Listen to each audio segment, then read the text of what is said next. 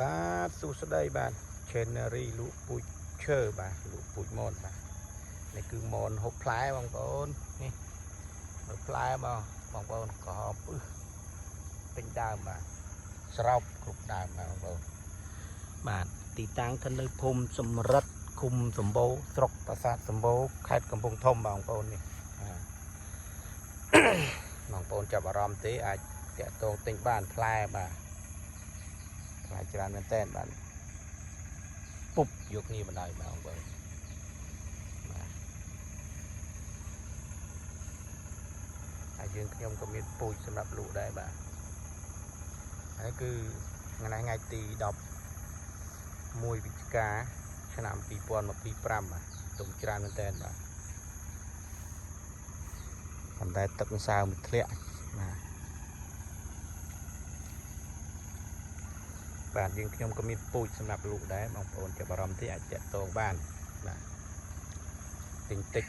ក៏លក់ទិញច្រើនក៏លក់បាទបងប្អូន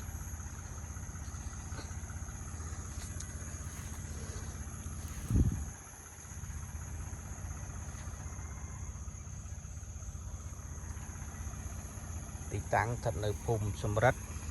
ឃុំសម្បូរស្រុកប្រាសាទសម្បូរខេត្តកំពង់ធំបងប្អូន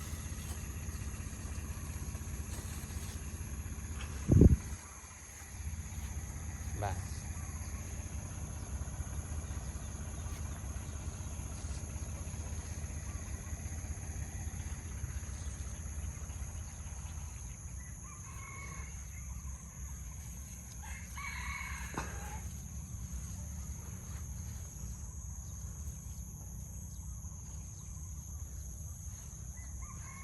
បងប្អូនចាប់អារម្មណ៍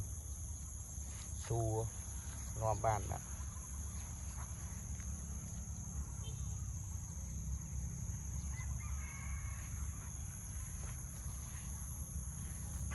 សួរពីបច្ចេកទេសដាំ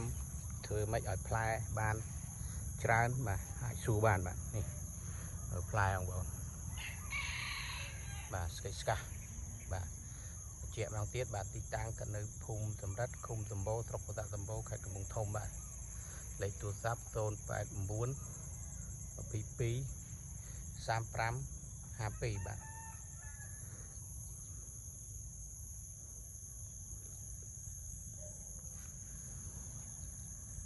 បាទអរគុណច្រើនបាទ